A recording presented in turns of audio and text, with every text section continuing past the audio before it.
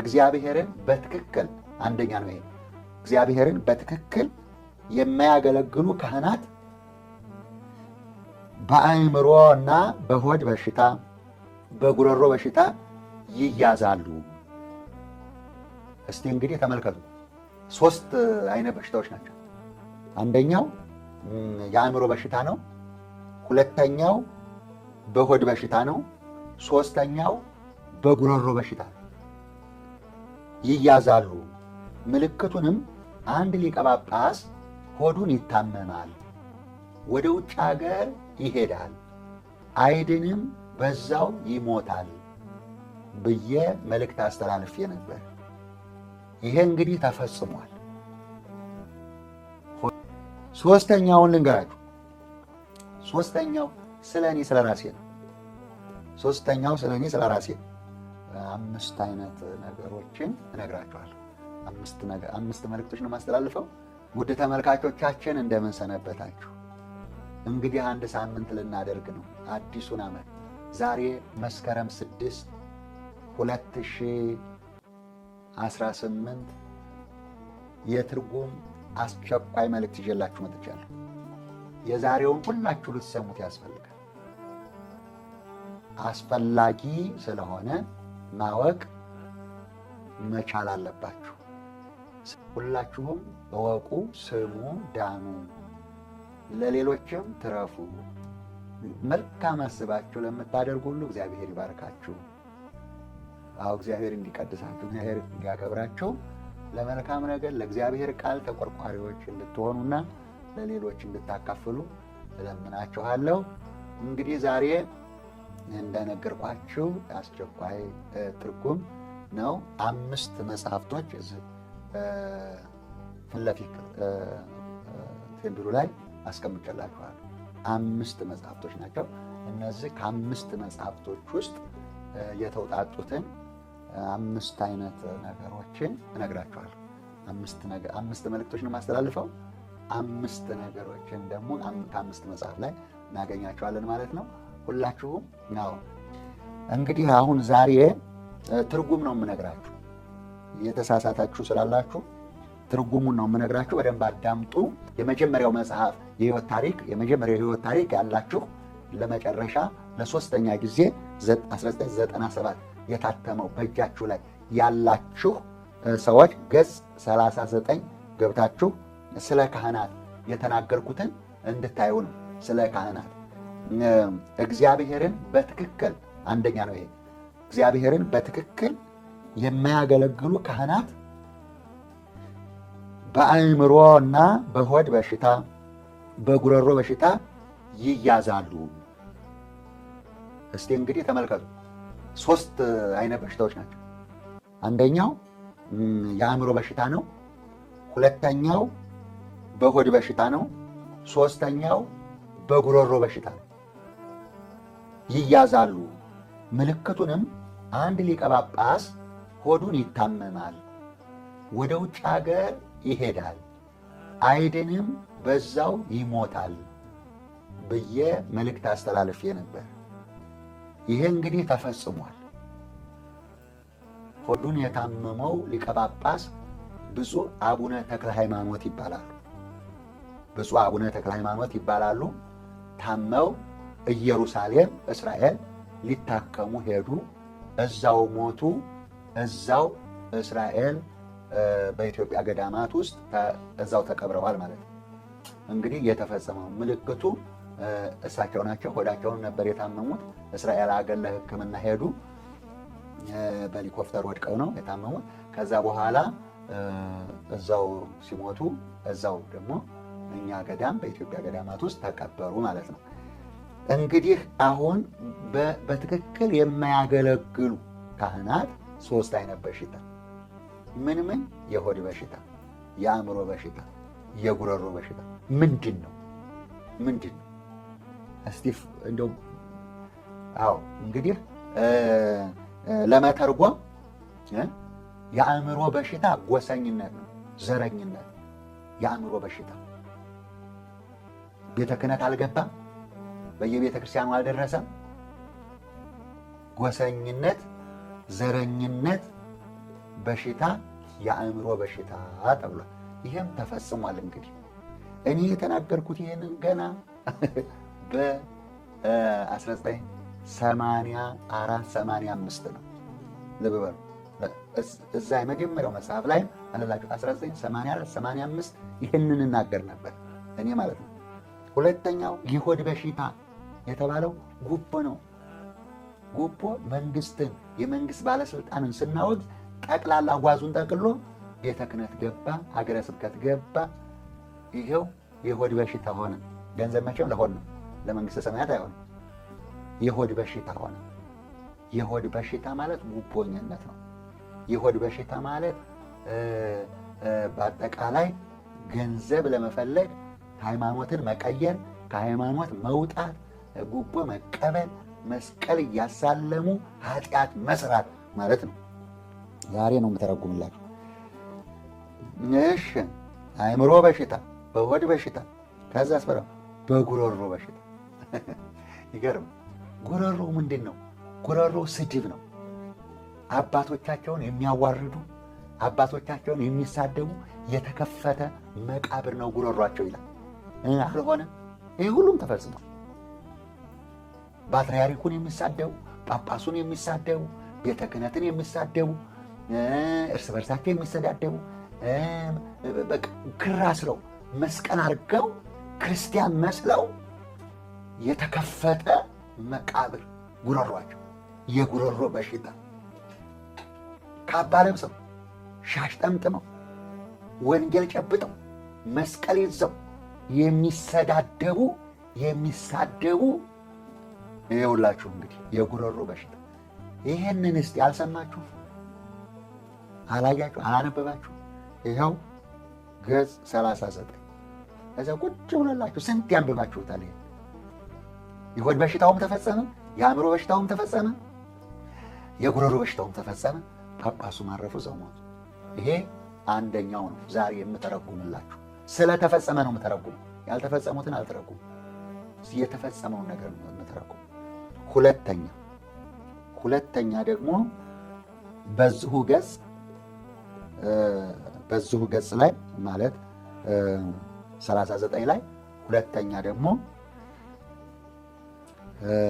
ለኢትዮጵያ ሕዝብ፣ ለሱዳን ሕዝብ፣ ለእስራኤል ሕዝብ፣ ለአሜሪካ ሕዝብ ዋይ ዋይ ያላችሁ አልቅሱ። ዋይ ዋይ ያላችሁ አልቅሱ፣ እዘኑ። ዳኞቻቸውና የሕዝብ አለቆቻቸው ንስሐ ግቡ፣ ተመለሱ ይላል እሱ መጽሐፍ ላይ የተቀመጠው። ኢትዮጵያ ምን ውስጥ ነች አሁን? አልሰማችሁም? ሱዳን ምን ውስጥ ነች አሁን? አላነበባችሁም? እስራኤል ምን ውስጥ ነች አሁን? አሜሪካ ምን ውስጥ ነች አሁን? ወዮልሽ ዲሲ፣ ወዮልሽ ካሊፎርኒያ። እስቲ ተመልከቱ። አሁን ይህንን እኔ ጽፌያለሁ። በውስጡ ያሉት በእነዚህ 4 ሀገሮች ውስጥ ኢትዮጵያ ውስጥ፣ ሱዳን ውስጥ፣ እስራኤል ውስጥ፣ አሜሪካ ውስጥ ያሉ በውስጧ ያሉ ዳኞችና የሕዝብ አለቆች፣ ባለስልጣኖች አዎ ንስሐ ግቡ። ዘረኛ ሆናችኋል፣ ጉቦኛ ሆናችኋል፣ በአግባብ አልፈረዳችሁም፣ ግዴታችሁን አልተወጣችሁም። እስቲ ተመልከቱ። ይህንን እንግዲህ ስንት አንባችሁታል። አሁን እያያችሁት ነው አይደለም? አልተፈጸመም፣ አልሆነም። ምን ትላላችሁ? ምን ይሰማችኋል? እኔ እግዚአብሔር ሳይልከኝ አልናገርም። እግዚአብሔር ሲልከኝ ብቻ። እሺ፣ ይህን ውሸት የምትሉ ሰዎች አላችሁ። የተጻፈው ገና በ1985 ነው። የተፈጸመው አሁን በፍጻሜ ላይ ነው ያለው። ምን ትላላችሁ? መቼም ካፈርኩ አይመልሰኝ የሚባል ነገር አለ አሉ እና እንግዲህ የተፈጸመውን ተፈጸመ ነው። እውነት ከሆነ እውነት በሉ ነው ወገኖች፣ አትዋሹ። እውነት ከሆነ እውነት በሉ ነው። ሶስተኛውን ልንገራችሁ። ሶስተኛው ስለ እኔ ስለ ራሴ ነው። ሶስተኛው ስለ እኔ ስለ ራሴ ነው። ሶስተኛው ደግሞ በዚሁ በገጽ 40 ላይ በዚሁ መጽሐፍ ገጽ 40 ላይ በዚሁ መጽሐፍ ማለት 1997 በታተመው ገጽ 40 ላይ ደግሞ ስትሄዱ እንዲህ የሚል ገብረ መስቀል አይዞህ በጠመንጃ አፈሙዝ የሚመኩ ይወድቃሉ። አልሰማችሁ? በጠመንጃ አፈሙዝ የሚመኩ ይወድቃሉ። 1985 ዓመተ ምህረት 1985 ዓመተ ምህረት ገብረ መስቀል አይዞህ በጠመንጃ አፈሙዝ የሚመኩ ይወድቃሉ። አትፍራ ከአንተ ጋር ሰማዕት የሚሆኑ 7 ሚሊዮን ሕዝብ አዘጋጅቼልሃለሁ። አልሰማችሁም?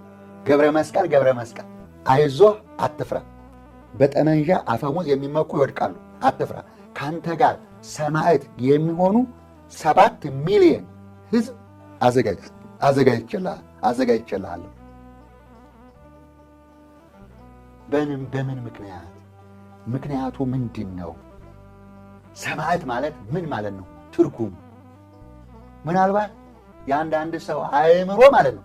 አንዳንድ ሰው አእምሮ እነኚህ 7 ሚሊዮን ሕዝብ ይታረዳሉ፣ ይገደላሉ፣ ይሞታሉ ብሎ ነው የሚተረጉመው ሀሳቡ ማለት ግን ምሳሌ ነው። 7 ሚሊዮን ሕዝብ አዘጋጅቼልሃለሁ የተባልኩበትን ምክንያት ልንገራችሁ። መጽሐፈ ምሳሌ ምዕራፍ 14 ቁጥር 25 መጽሐፈ ምሳሌ ምዕራፍ 14 ቁጥር 25 ሰማዕት ማለት እውነተኛ ምስክር ማለት ነው። ትርጉሙን ከዚህ ከመጽሐፈ ምሳሌ አግኙት።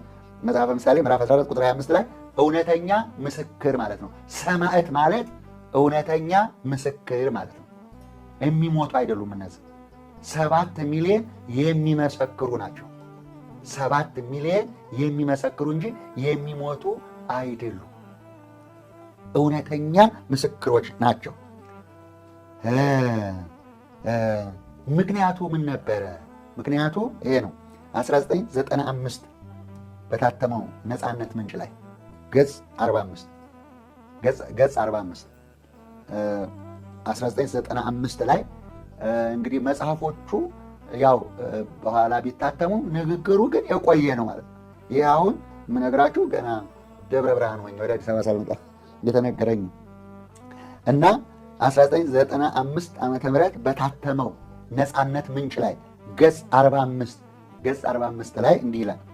ቀይ ልጃገረድ ታገባለህ፣ ወደ አንተ ትመጣለች፣ ታገባለህ፣ 3 ልጅ ትወልዳለህ፣ 2 ወንድ 1 ሴት፣ 3 ልጆች ትወልዳለህ። 2 ወንዶች ናቸው፣ 1 ሴት ነው። ከነ ስማቸው ከነ ስሟ ተመልከቱ። ልጃገረድ ቀይ ልጃገረድ እንደማገባ 3 ልጅ እንደምወልድ ስሟን። ይሄ መጽሐፍ በጣም ብዙ ቦታ ተሸጧል እና በዛን ጊዜ በዚሁ ገጽ ላይ እንዲህ የሚል ቃል አለ። በዚሁ ገጽ ላይ እኔ ሳገባ ይላል። እኔ ሳገባ ዛሬ ቅዱስ ቅዱስ ትሉኛላችሁ፣ ዛሬ ቅዱስ ቅዱስ ትሉኛላችሁ፣ ነገ ደግሞ እርኩስ እርኩስ ትሉኛላችሁ። እኔ ግን ከእናንተ የምፈልገው ጸሎት ነው። ጠዋት 1 አቡነ ዘበሰማያት፣ ማታ 1 አቡነ ዘበሰማያት እንድጸልዩልኝ ነው የምፈልገው ብዬ ጽፌላችሁ ነበር። አንባችሁታል። መጀመሪያ መቆሚያ መቀመጫ ያጣችሁ እንደዛ ያ ሁሉ ሕዝብ መሬት አልችልቦት ዛፉ ሁሉ መሬቱ የሞላ ጊዜ ዛሬ ባህታዊ ገብረ መስቀል ቅዱስ ቅዱስ ትሉኛላችሁ፣ ኋላ ግን ትበተናላችሁ። እርኩስ እርኩስ እያላችሁ እየሰደባችሁ ትከሱኛላችሁ፣ ትበተናላችሁ ብያችሁ ነበር። ይሄው አንብቡት። ዛሬ አይደለም የተጻፈው፣ ዛሬ አይደለም የምነግራችሁ። እንግዲህ ምንድን ነው ትርጉሙ ካላችሁኝ፣ ይኸውላችሁ ባህታዊ ገብረ መስቀል አገቡ፣ ልጅ ወለዱ ሲባል ሁሉም ግር ብሎ ሄደ። ሁሉም ወደቀ፣ ተሰናከለ። ከዛ በኋላስ 7 ሚሊዮኖች ግን በመላው ዓለም ባህታዊ ገብረ መስቀል እውነተኛ ነው ብለው አብረን እንሞታለን ብለው ቆሙ። ባህታዊ ገብረ መስቀል ጥፋተኛ አይደለም ብለው ምራቅ ተተፋባቸው፣ ድንጋይ ተወረወረባቸው፣ ታሰሩ፣ ተገረፉ። ገብረ መስቀል ጋር እንዳትደርሱ ተብለው ፈረሙ። ሁለተኛ እዛ ጉባኤ አልሄድም በሉና ፈርሙ ተብለው ማዕከላዊ ፈረሙ፣ ፈጥኖ ደራሽ ፈረሙ። ሁለተኛ ባህታዊ ገብረ መስቀል ጉባኤ አልሄድም እሱን አልከተልም ብለው እንዲፈርሙ ተደረገ። መከራ ደረሰባቸው። አሁን እነኚህ 7 ሚሊዮኖች ከኔ ጋር የቆሙ ናቸው። ባህታውያን አሉ፣ ካህናት አሉ፣ እናቶች አሉ፣ አባቶች አሉ፣ እህቶች፣ ወንድሞች አሉ። 7 ሚሊዮን ከአንተ ጋር የሚቆሙ እውነተኛ ምስክሮች አዘጋጅቼልሃለሁ። ጠዋቸው። ከዓለም ዳርቻ እስከ ዓለም ዳርቻ ተነቃንቆ የነበረው ባህታዊ ገብረ መስቀል መጡ ሲባል በመኪና በአየር በእግር በየብስ በደረቅ በባህር ሲንጋጋ የነበረው ባህታዊ ገብረ መስቀል አገቡ ሲባል ተበተነ። የተመረጡትስ 7 ሚሊዮን 7 ሚሊዮን የትም ዓለም ላይ ምስክሮች ናቸው። የሚያውቁኝም የማያውቁኝም እግዚአብሔር ለምስክርነት አቁሟቸዋልና 7 ሚሊዮን። እናቶች ይሄን ለምን አመጣኸው ዛሬ ያላችሁኝ እንደሆነ አሁን ማህበሩ 40 ዓመቱን ሊያከብር ነው። 40 ዓመቱን በመስከረም 18 2018 እኔ 62 ዓመቴን እድሜ 61 እጨርሳለሁ፣ 62 እይዛለሁ። 61 ዓመቴን እጨርሳለሁ በ18 ማህበሬ ደግሞ የመሰረትኩት ማህበር 40 ዓመት ከ1978 ዓመተ ምህረት ጀምሮ 78 ዓመተ ምህረት ጀምሮ 40 ዓመት። እናቶች፣ አባቶች፣ እህቶች፣ ወንድሞች ገብረ መስቀል 7 ሚሊዮን ህዝብ ከኔ ጋር ይሰዋል ብሏል እያላችሁ ምላሳችሁ የዋሸባችሁ በጥላቻ የሄዳችሁ አገባ ብላችሁ የተሰናከላችሁ ኑና ማህበሩን አክብሩ። ግድ የላችሁ ተመለሱ። ቄደር ተጠምቃችሁ ንስሐ ገብታችሁ መመለስ ነው። ችግር የለም። ምክንያቱም ምን ያለው እኔ ያለው አያችሁ። ያፈራችሁ እናንተ፣ የሸሻችሁ እናንተ፣ የተሰናከላችሁ እናንተ። ምክንያቱም ባህታዊ ማለት ብቸኛ ማለት ነው። ባህታዊ ገብረ መስቀል ቆቡን ጥሎ አገባ እንዳትሉኝ፣ አልመነኮስኩም። የመነኮሰ ሰው ነው ቆቡን የሚጥለው። ቆቡን ጥሎ መነኩሴ ነበር ቆቡን ጥሎ አገባ እንዳትሉኝ፣ አልመነኮስኩም። ከግንዱም ከቅርንጫፉም እንዳትጠጋ እንዳትመነኮስ ምንኩስና አልተፈቀደልህም ስላለኝ እግዚአብሔር አልመነኮስኩም። የሰው ሴት አልቀማሁም፣ የታዘዘችልኝና ያገባሁ። እንደገና ደግሞ ስራዬን አላቋረጥኩም። በማግባቴ ምክንያት ያገኘሁት ነገር የለም። ከጋብቻው በፊት ነው መኪና የተገዛልኝ በፈረንጇ፣ ቤት የተገዛልኝ በፈረንጇ። ከጋብቻ በፊት ነው። በጋብቻ ምክንያት የማንንም ገንዘብ አልወሰድኩም፣ የማንንም ገንዘብ አልነካሁም። ሹመት ሽልማትም አልፈልግም።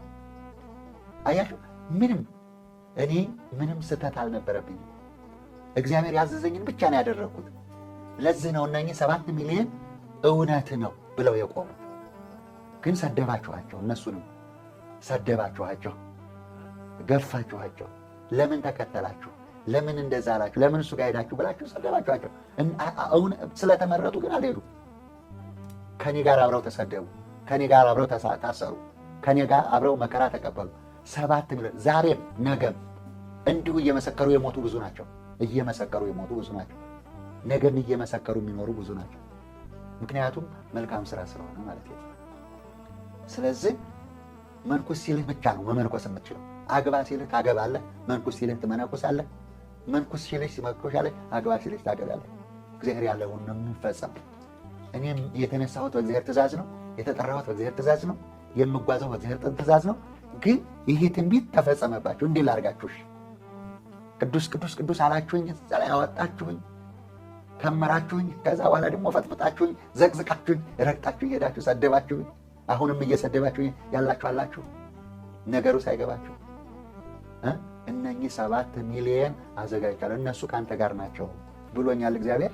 ስለዚህ በጠመንጃ አፈሙዝ የሚመኩ ይወድቃሉ፣ በጉልበታቸውም በጠመንጃ በስልጣናቸው ይወድቃሉ። አልወደቁም? እሺ አልወደቁም? የሉም እኮ ደበደቡንም፣ ያሰሩንም፣ የገደሉንም የሉም። እግዚአብሔር የነገረኝን እኮ ነው የማደርገው።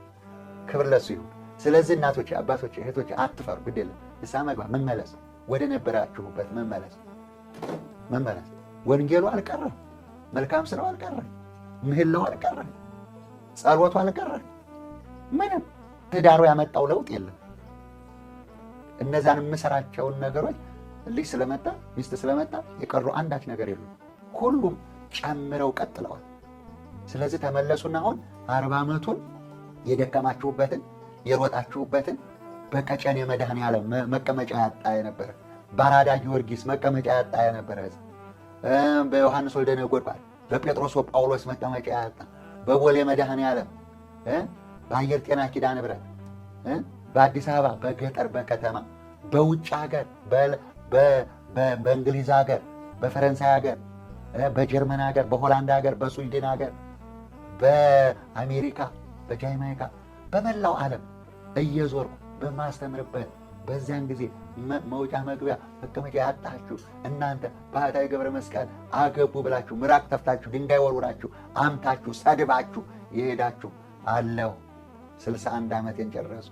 የእናንተ ስድብ ዕድሜ ሆነኝ፣ ዕድሜ ቀጠለልኝ፣ ደሞዝ ሆነኝ፣ ባለ ሀብት አረገኝ። ክብር ለመድኃኔዓለም ይሁን። የኔ ሀብት አሁን 11 ሚሊዮን ህዝብ ደርሷል። 11 ሚሊዮን ባንክ የሚቀመጥ አይደለም፣ ተንቀሳቃሽ ነው። 11 ሚሊዮን ህዝብ የኔ ኪስ የኔ ቦርሳ ነው። አየህ ተመልከት። ስለዚህ ወገኔ፣ ስለዚህ በስድብ በጥላቻ ሰውንም አታስቱ፣ ሰውንም አታሳስቱ። ሰማዕት ማለት እውነተኛ ምስክር ማለት ነው። በቃ በመጽሐፍ ተጽፏል። ሰማዕት ከኔ ጋር እኔም አልሞትኩ እነሱም አይሞቱ። 7 ሚሊዮን በዓለም ላይ ይመሰክራሉ፣ በኋላም በእግዚአብሔር ጋር ይመሰክራሉ። ገብረ መስቀል ስለሚሰራው ስራ፣ ስለ ገብረ መስቀል እውነተኝነት 7 ሚሊዮን ህዝብ ይመሰክራል። እውነት መሆኑን ደግሞ ይኸው ዛሬ መጽሐፉን ላይ ያስቀምጭላችኋለሁ፣ ገጹን ነግሬያችኋለሁ፣ ቁጥሩን ነግሬያችኋለሁ። ሁላችሁ ድረሱበትና አንብቡት። ይሄ 3ኛው ነው። 4ኛው ደግሞ ስለ አባይ ነው።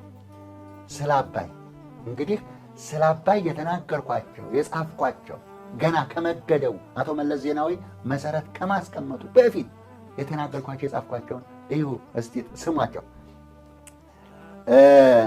ስለ አባይ በዚሁ በ1995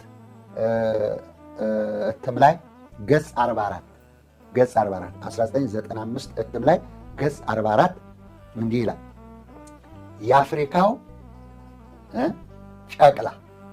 የአፍሪካው ጨቅላ፣ የአውሮፓው መሐንዲስ፣ የአሜሪካው ድባብ። እስቲ ልብ አድርጉ ነው።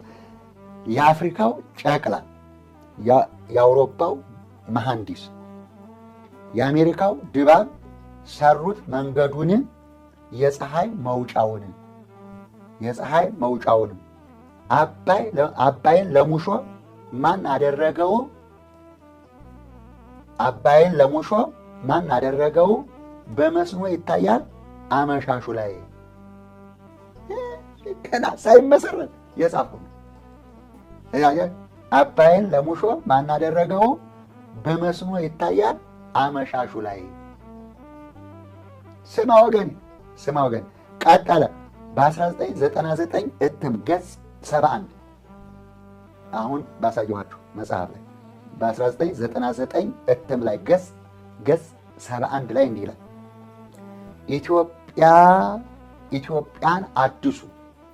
ኢትዮጵያን አድሱ እንድትገሰግሱ ሰማዕታት ደማቸውን አፈሰሱ። እዛ ሰማዕት ሆነው የሞቱ ብዙ ናቸው።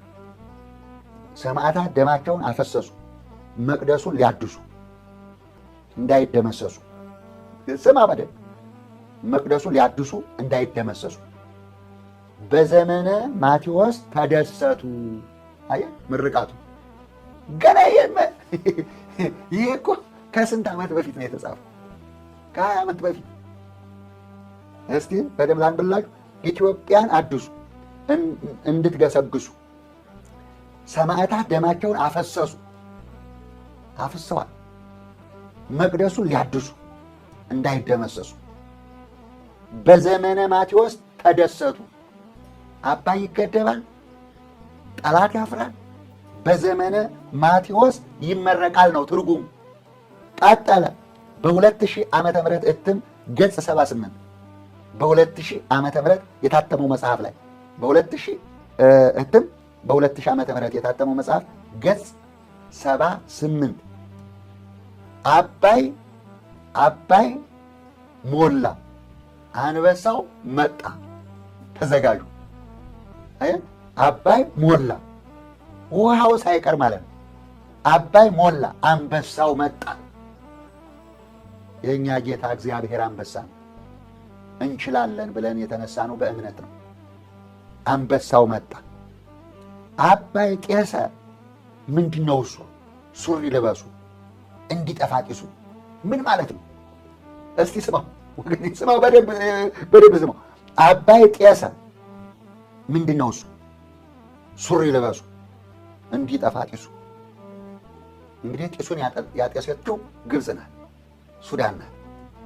አያችሁ፣ አባይ ጤሰ፣ አጤሰችው፣ ለዓለም ሁሉ አጤሰችው። በዚህም ብላ ጢሱን አጤሰችው። ትርጉሙ ስማ ወገኔ፣ አጤሰችው። ስለዚህ ምንድን ነው እርሱ? ሱሪ ልበሱ። ጀግና ሞልቷል፣ ጀግና ሞልቷል። ኢትዮጵያውያን ጀግኖች ናቸው። ከድሃ እስከ ሀብታም፣ ከባለስልጣን እስከ ትልቁ ድረስ በአጠቃላይ በዓለም ዙሪያ ኢትዮጵያውያን ጀግኖች ናቸው። ሱሪ ልበሱ እንዲጠፋ ጢሱ። አልጠፋም። ጢሱ ነገር ነው። ጢሱ ነገር ነው። በክስም ተባለ፣ በጦርነትም ተባለ፣ በምንም ተባለ፣ በምንም ጢሱ ጠፋ። በማ ሱሪ በለበሱ ጀግኖች ኢትዮጵያውያን። ጃንሆይ ፕላን ሰሩ። አቶ መለስ ዜናዊ መሰረት አስቀመጡ። ዶክተር አብይ ደግሞ መረቁ። ጀግኖቹ እነዚህ ናቸው። ጃንሆይ አባይን እገድባለሁ ብለው ፕላን ሰርተዋል። አቶ መለስ ዜናዊ ደግሞ መሰረት አስቀምጠዋል። ዶክተር አብይ ደግሞ መርቀዋል። ተጠናቀቀ። ጢሱ ጠፋ። ሱሪ ልበሱ ተብሏል። በቃ ጀግናው ማለት ይሄ ነው። ስለዚህ ይሄንን ማሳበል ይቻላሉ ወይ ነው የምትዋሹ ሰዎች፣ ለሰውም የምታሿሹ ሰዎች ገብረ መስቀል ውሸታም ነው፣ ሌባ ነው፣ አጭበርባሪ ነው የምትሉ ይሄንን መዋሸት ይቻላሉ ወይ? እሺ ዛሬ አልተጻፈም። ትላንት ከ25 ዓመት በፊት የተጻፈ ነገር ነው አሁን ማነብላችሁ። በዚያን ጊዜ የተላለፈ መልእክት ነው።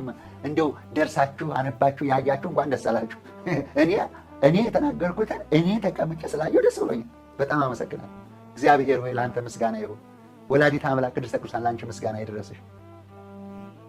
በዛን ጊዜ ስናገረው እኔ ደርሳለሁ ብዬ አላሰብኩም፣ ግን አሁን ደርሼ በሕይወት ዘመኔ ስላየሁት እጅግ ደስ አለኝ። ለዚህ ነው ልተረጉምላችሁ የተነሳሁት። ከዛ ደግሞ ገጽ በ2013 እትም ላይ በ2013 እትም ላይ ደግሞ ገጽ 119 በ2013 እትም ላይ ገጽ 119 ላይ እንዲህ ደግሞ ብዬ ደገምኩት። የዘመነ ማቴዎስ መዓዛ ሽታሽ አባይ ሞቀ ደመቀ አበራ ለሕዝብሽ ኢትዮጵያ ደስ አለሽ ይላል። ስማ ወገኔ ይኸውልሽ በ2013 አጠቃሎ የተጻፈው መጽሐፍ ነው። ከበፊቱ ያሉትን ብዙ ውስጥ ተጠቃሎ የተጻፈ መጽሐፍ ነው። በእንግሊዝኛ በአማርኛ የተጻፈ ሕይወት ታሪክ ነው። ገጽ 119 ላይ የዘመነ ማቴዎስ መዓዛ ሽታሽ አባይ ሞቀ ደመቀ አበራ ለሕዝብሽ ኢትዮጵያ ደስ አለሽ። ዘመነ ማቴዎስ ተመረቀ ጳጉሜን 4 2017። ዘመነ ማቴዎስ እዛ መጀመሪያ ዘመነ ማቴዎስ በዘመነ ማቴዎስ ብዬ ነበር። አሁን ደግሞ በዘመነ ማቴዎስ በራ፣ ኤሌክትሪኩ በራ። እንዴ ኢትዮጵያ ደስ አላት። አሁን ደስ አለኝ ይላል። ይሄውን ስለዚህ እናቶች፣ አባቶች፣ እህቶች፣ ወንድሞቼ እኔ እግዚአብሔር ያላለኝን አልናገርም። ግን ምሳሌው ካልገባችሁ፣ ትርጉሙ ካልገባችሁ፣ እኔ የምለው ነገር ካልገባችሁ የሚያውቅ ሰው ጠይቁ፣ ጸሎት ያዙበት፣ በጸሎት እንዲገለጽላችሁ የሚተረጉምላችሁ። አዎ እና ይሄንን አድርጉ እንጂ ዝም ብላችሁ አትሄዱ ወገኖቼ። ዝም ብሎ ደግሞ አንዳንድ ሰው መጽሐፉን ገዝቶ ዝም ብሎ ቁጭ ያደርገዋል። አላየውም፣ አላነበበውም፣ አልተመራመረውም ማለት ነው። ሌላው አሁን እየተንቀሳቀሰ ባለው ነገር አሁን ትርጉሙን አልነገራችሁም፣ ግን ንባቡን ልንገራችሁ ደግሞ እንድታስታውሱት ብዬ ነው። አምስተኛው የ1995 እትም ላይ ገጽ 44 የ1995 የነፃነት ምንጭ ላይ ነው። እትም ላይ ገጽ 44 ላይ እንዲህ ይላል። ስገሪ በቅሎዬ ስገሪ በእናትሽ፣ ስገሪ በቅሎዬ ስገሪ በእናትሽ፣ አሰብ ላይ ድረሺ መርከቡ ሲታይሽ። ቆይ ይህን ደግሞ በኋላ እነግራችኋለሁ። አሁን ግን ንባቡን ስሙት። ይሄ ገና በ1984 የተነገረ ነው። 84 ላይ የተነገረ ነው። ስገሪ በቅሎዬ ስገሪ በእናትሽ። በእናትሽ በእናትሽ ምንድን ነው ትርጉሙ? በእናትሽ አሰብ ላይ ድረሺ፣ አሰብ ላይ ድረሺ መርከቡ ሲታይሽ፣ መርከቡ ሲታይሽ። ይህንን እናንተ ትተረጉሙታላችሁ። እኔ የሚተረጉመውን ተርጉሜላችኋለሁ። ግን ይሄ የተጻፈ መሆኑን እንድትረዱት እንድታውቁት ነው። አባቶቼ፣ እናቶቼ፣ እህቶቼና ወንድሞቼ ስታሰር የታሰራችሁ፣ ስሰደድ የተሰደዳችሁ፣ ስወድቅ የወደቃችሁ፣ ስነሳ የተነሳችሁ፣ አገባ ብላችሁ ጥላችሁኝ ያልሄዳችሁ፣ ያላማችሁኝ ያልሰደባችሁ፣ አብራችሁኝ የተሰደባችሁ፣ አብራችሁኝ የተዋረዳችሁ፣ አብራችሁኝ ችግሩን ገፈቱን የቀመሳችሁ፣ ከእኔ ጋር እውነት መሆኑን ተረድታችሁ እውነት መሆኑን አውቃችሁ ትክክለኛ መሆኑን ማግባት ይችላሉ፣ ልጅ መውለድ ይችላሉ ብላችሁ ከወንጌሉ ያልተለያችሁ፣ በትዕግስት የኖራችሁ፣ ከክፉ ርቃችሁ በእምነት ጸንታችሁ። እኛ ከገብረ መስቀል የምንፈልገው ወንጌል ነው። እኛ ከገብረ መስቀል የምንፈልገው እውነተኛ በጎ አድራጎት ስራ ነው። እኛ ከጋብቻቸው ምን አለ? ከወንጌሉ ከስራው ከበጎ ነገር ጋር እንቀጥላለን ብላችሁ ከኔ ጋር የቆማችሁ እግዚአብሔር የመረጣችሁ 7 ሚሊዮን ሰማዕታት፣ 7 ሚሊዮን ሰማዕታት፣ እውነተኛ ምስክሮች። ሰማዕት የሚለው እውነተኛ ምስክር ነው። እውነተኛ ምስክር ሆናችሁ በየፍርድ ቤቱ የተንከራተታችሁ፣ በየእስር ቤቱ ወደቃችሁ፣ ነፍሳችሁ ዛሬ የምትሰማኝ በዚህ ጉባኤ ውስጥ ያረፋችሁ፣ በዚህ ጉባኤ ውስጥ ያረፋችሁ፣ በዚሁ በትግል ያረፋችሁ፣ ወደ መንግሥተ ሰማያት የገባችሁ እናቶች፣ እህቶች፣ ወንድሞች ነፍሳችሁ በአብርሃም እቅፍ ያኑርልን። ከእኔ ጋር እስካሁን አብራችሁ ለቆማችሁ ላላችሁ 7 ሚሊዮን እግዚአብሔር መርጦ የሰጠኝ አገልጋዮቼ፣ እናቶቼ፣ አባቶቼ፣ እህቶቼ፣ ወንድሞቼ ከልብ አመሰግናለሁ።